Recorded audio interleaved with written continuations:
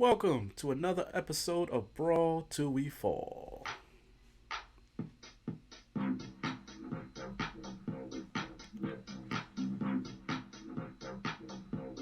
Well, you know, when you hear that music, you know what we doing.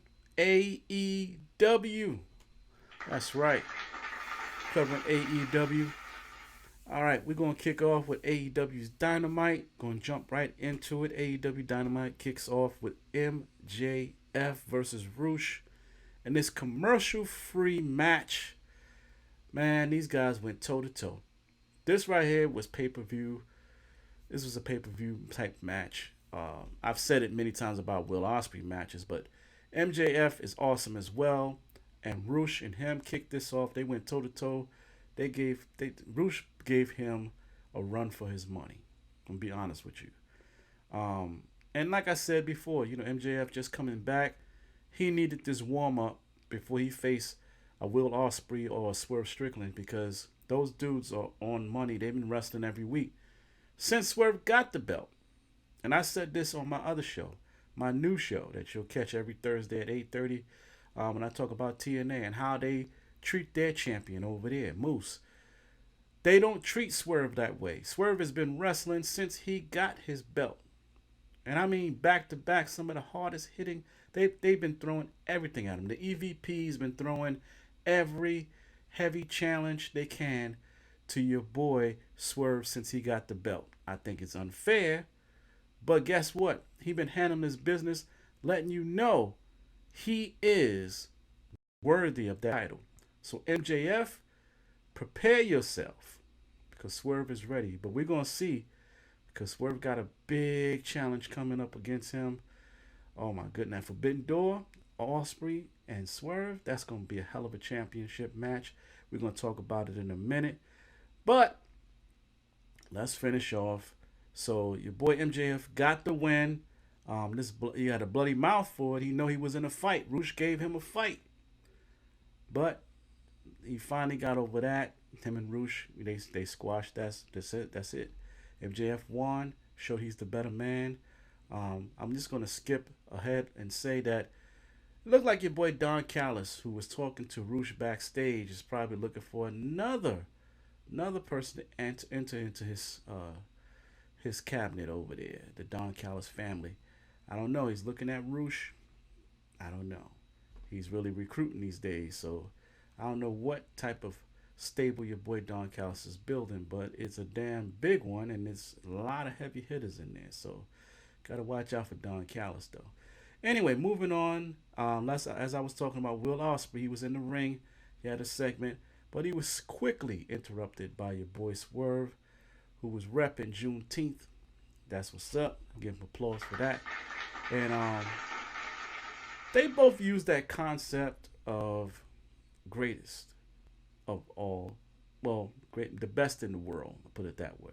The best wrestlers in the world. And I'm going to say this. Will Ospreay actually have wrestled the best all around the world?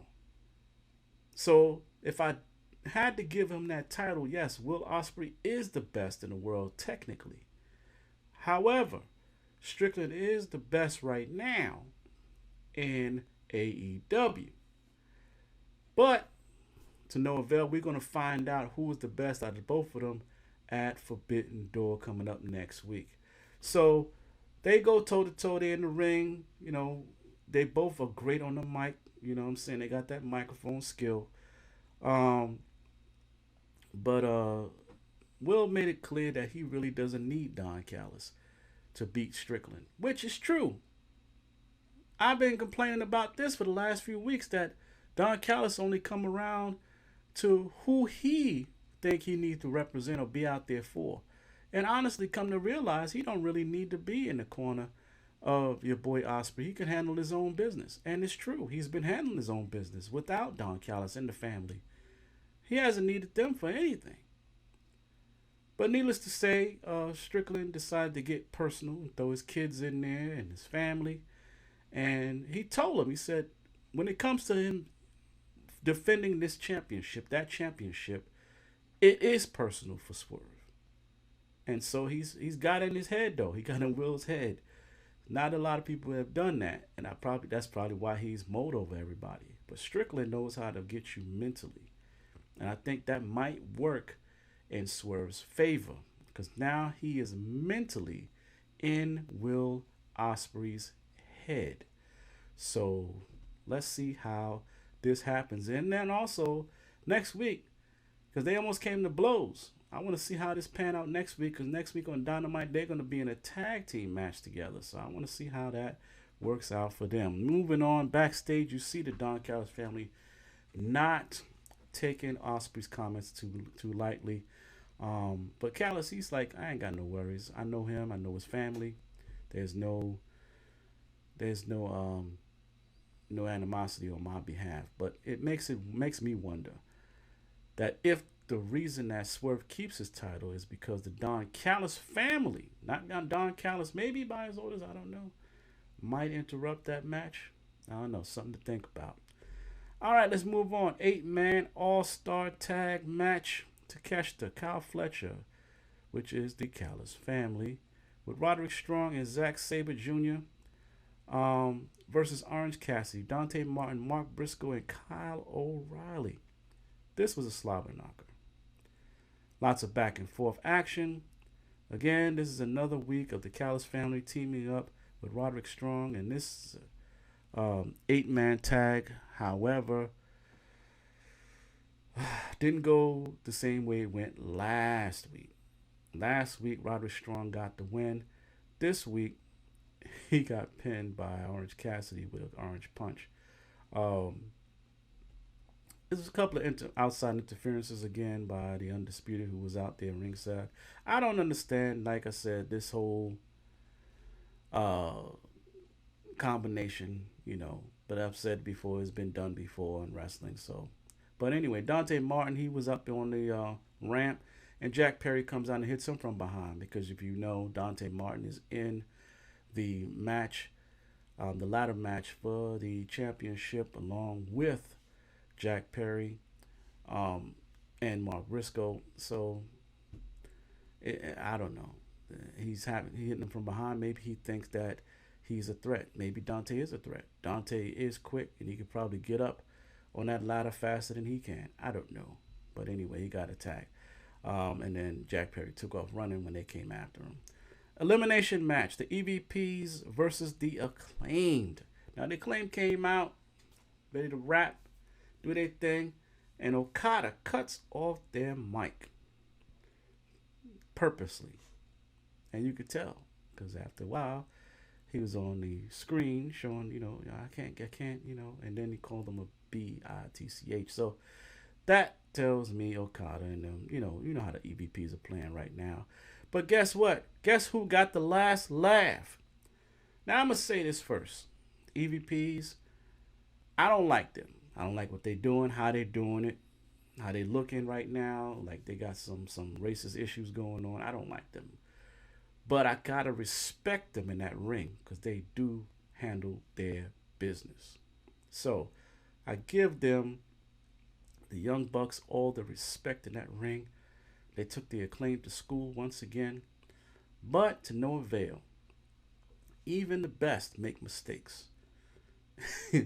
And my boy hit his brother with the belt, causing the Acclaim to get the win, and they now get their title shot against the EVPs. And I believe they're going to get them belts back. I really do. Unless the EVPs try to pull something out their sleeve, which I know they can. Anyway, the Acclaim get that win. All right, moving on. Mina Shirakawa, in-ring segment with Mariah May and Toni Storm. Mariah May claims her love for both. Mina tells Mariah to shut up, or at least I think that's what she said, because I couldn't understand what the hell she was talking about. They get interrupted and attacked by Saraya and her crew. Toni took one for the team because she had her shoe. She was swinging her shoe and she was ready to protect, and she actually knocked out Saraya with the shoe and had her right there by the table and was about to go in, and Saraya moved. But what really shocked me, after Toni went into the table and hurt herself, she was knocked out in the middle of the ring. Um, notice that Mariah May and Mina was up on the ramp together. They left her in there to take that blunt for no reason. I mean, something that milk ain't clean, and I don't think that Mariah May and Tony are going to be friends after the match between Mina and Tony on Forbidden Doors pay-per-view. I think after that's over, I think Mariah's going to show her true colors. Anyway, women's tournament quarterfinals, Owen Hart Foundation match, Nyla Rose versus Chris Statlander. Chris Statlander gets the win. Wasn't an easy win because, Nyla Rose is no joke and nobody to play with. But after the win, Willow greets Chris Statlander on the screen, let her know. After she gets her spot, because she won last year, but she's trying to go for it again 2 years in a row. But after she gets her spot in the tournament, there will be no stopping her from whipping her ass. And she deserved every bit of it. Anyway, Daniel Garcia defeated Rip Titus. Daddy Magic is on commentary. That was an easy match for Garcia. But the real fight was after the match when the Gates of Agony attacked Daddy Magic and Brian Cage attacked Garcia until none other than MJF came in to make the save.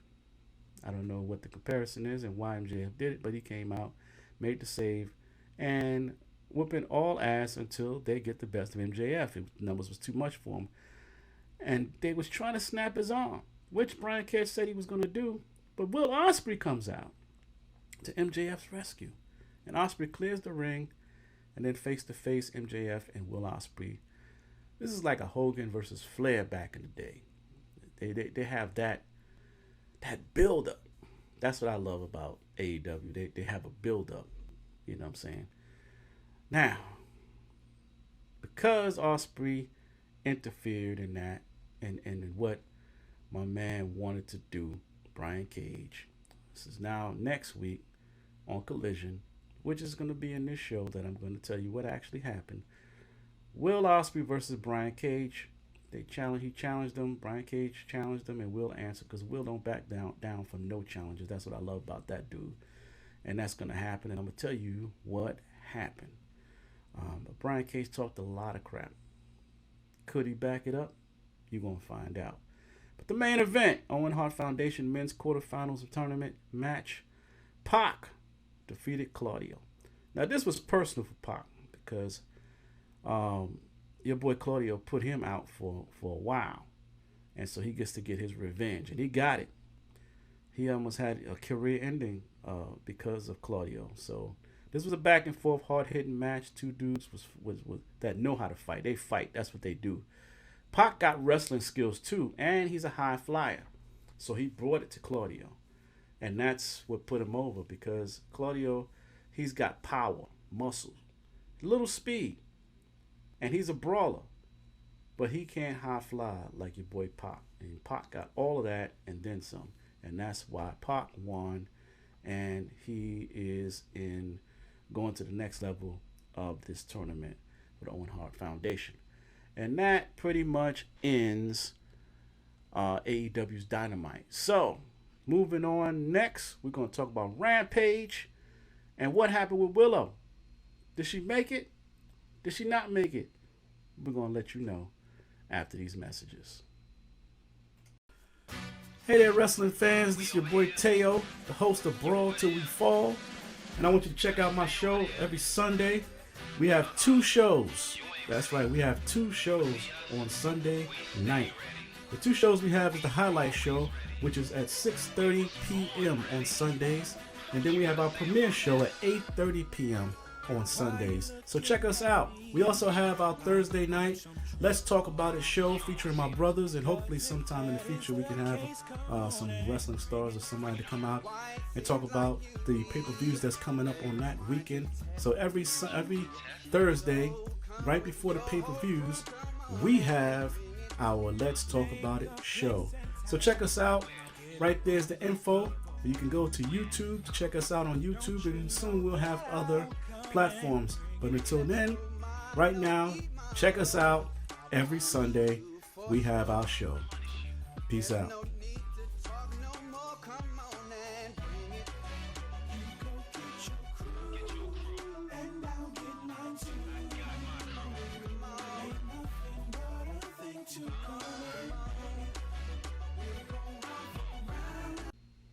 We're back.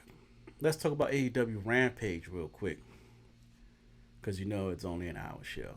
I keep saying that because I want them to either expand it or do something. I don't know. But anyway, Private Party defeated Metallic and Commander, or Metalik and Commander. This was a back and forth match, but Private Party hit them with gin and juice.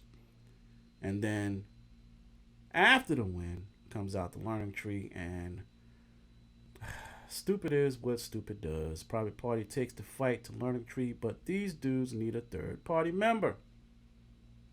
Learning tree is 3. Did you really think he was gonna? They got outnumbered, and they're gonna face them on Collision, which is coming up next, and let you know what happened there. Ray Phoenix defeated Turbo Floyd, easy match. TNT Championship qualifier ladder match: Leo Rush versus Action Andretti of Top Flight. They had similar styles. This was a back and forth. This was actually the best match to me of the night. They were back and forth. It was a high flying match. I like that flying around the ring stuff. And Leo is, that's my boy. But to no avail. And because, he, not because he's my boy, but he did get that win. And Leo is now a qualifier for that ladder match. So he's in there with Jack Perry, Mark Briscoe. He's in there. So we're going to see how my boy Leo do up against these dudes. Is going to be awesome. I can't wait. Shingo Takagi of New Japan defeated AR Fox. That was a great match. Shingo is going to face Bryan Danielson at Forbidden Door. And Bryan Danielson just wanted to come out and shake his hand, whatever, but he wasn't having it. So it was no shaking hands for that dude. And he looked real serious. I don't know. Bryan Danielson may have some problems with that match.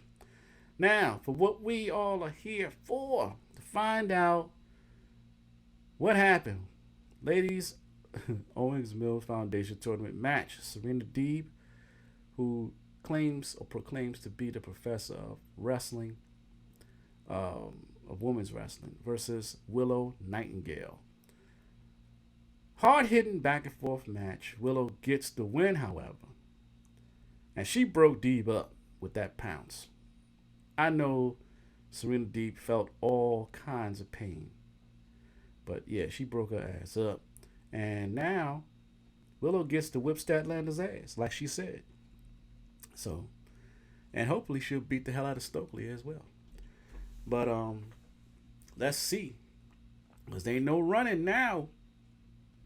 Statlander, you gonna get it. I've been telling you all week. You've been fucking, excuse my language. You've been messing with this girl for the last few weeks. It is time for you to get your ass whipped. This goes back to what I say about karma.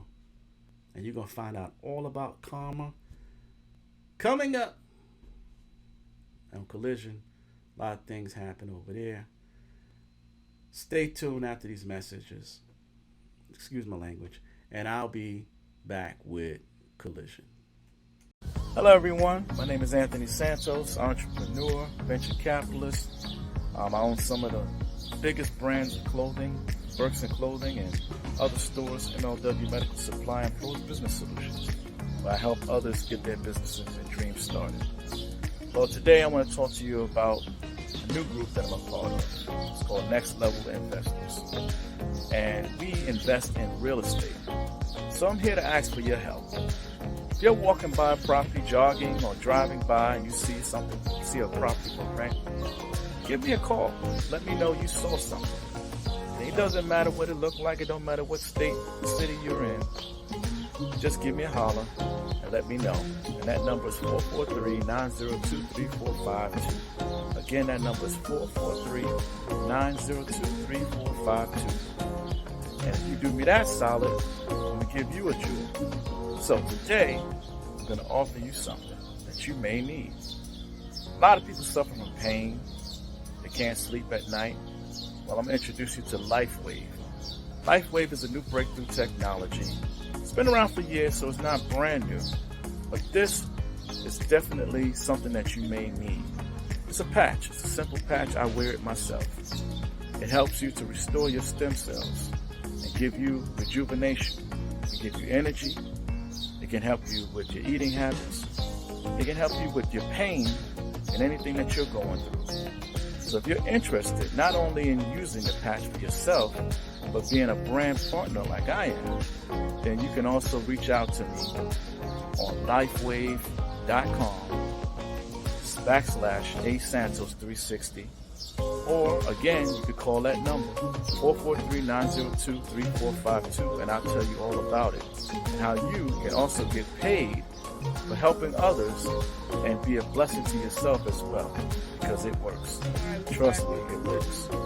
That's all I got. Thank you so much for tuning in to me. And I want to apologize if I offended anyone on my got too excited at the end of Rampage. You know what I'm saying? I hate to see my peoples go through some struggles they don't need to go through because Willow is such a nice person. But anyway, I apologize for my language. Moving on, let's get to AEW Collision. Although I've heard Pat McAfee say worse things on Raw live. Anyway, Collision kicks off with the trio Samoa Joe, Hook, and Shibata. They all defeated the premier athletes Tony Nese, Daivari, and Josh Woods with Mark Sterling in their corner.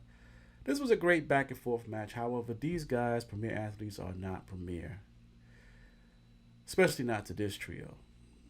Like I said, and I said last week, Samoa Joe, Hook, and Shibata, they are the real premier athletes. Together, they're unstoppable. I can't wait to see them against some real competition because these dudes got mowed over like it was nothing. There was nothing. Anyway, the Learning Tree defeated Private Party. But this is what I said. I said this where? The last show. They need a third party. You're not going to beat the Learning Tree, especially not. First and foremost, Big Bill he's like two people. He's tall as hell. You ain't going to beat him. And then you got the outside interference by Brian Keith. How was you thinking that you're going to beat them? Again, dumb is, stupid is what stupid is. But anyway, Private Party did lose. They needed help. And then Brian Keith was out there lending his help to his team. But it was after the match that they would have caught a serious beatdown if they wouldn't have got saved by the trio that I was just talking about. Samoa Joe, Hook, and Shibata came out to their rescue and took it to these dudes. Now, Learning Tree, you got a problem. Because I know Samoa Joe suplex Big Bill all day long. So, yeah, you finally got your match. And what they did to Brian Keith, you might have to find a third man. Because Hook, I think, broke his arm. Whatever it did, ambulance had to come for him. So, and they challenged him, Jericho, to whatever is left of your Learning Tree, we want to see you in the ring. And he ain't playing. Because you see what he did. He went to the locker room and got those dudes. They don't show up to the ring, he going to come and get you. All right. For the championship, Okada versus Ultimo Guerrero. Okada, disrespectful ace. Pulled the mask off of Guerrero and got the win. I ain't even going to get into that dude. Okada, the EVPs have really changed who you were. I used to have respect for you, not anymore. Backstage segment with Top Flight ends with respect from Leo Rush. I love it. I love when my brothers come together. And like I said, he should be a part of the Top Flight. And that respect, I guess, will be earned when they go against the other opponents of the TNT Championship. Let's see who wins that. Iron Savages versus the Patriarchy. Christian Cage, Mother Wayne on commentary. Killswitch and Nick Wayne are in the ring doing all the work. And then, right when they get the Iron Savages right where they need them and then did all the work and sweated it all out, Christian comes in, hits his move, the Killswitch, and picks up the pinfall and win. It's straight garbage. I'm really not a... Anyway. I wasn't a Christian Cage fan before, and I damn sure ain't one now. Moving on, Tony Storm and Mariah May defeated Layla Hirsch and Lady Frost. Great match, but Storm and May, they got the win, but it was... I still think that Mariah May is gonna stab Tony in the back come Forbidden Door. I just think so. The professor of wrestling issues an open challenge next week and ask anybody to come into her dojo. So we're gonna see how that pans out. All right, House of Black, Malachi, and Brody, who are upset about what happened with Buddy Matthews, as they defeated LSG and MSG. I don't know who these dudes are, but they got their ass whipped. And they are coming for you, Christian. Christian, you in trouble. Especially when they all come together with Buddy Matthews. These dudes didn't even want to do an interview. There's some dude that was out there trying to do an interview. They wasn't even trying to hear him. And your boy said it. Brody King said, revenge is coming. He said that. So Christian, yeah, you better have all your ducks in a row, bruh, because they coming for you. All right. Hecasario, Gates of Agony, and Hecasario. He defeated Daddy Magic. As you see, they attacked Daddy Magic on Rampage, and so Daddy Magic challenged him to a match, but he wasn't 100%. Hecasario was 100%. He was not 100%. How you going to challenge Gates of Agony of all people? Them some big dudes, and you all taped up. So yeah, he lost. Of course he did. And they didn't beat him down because he was already beaten down. There's no need.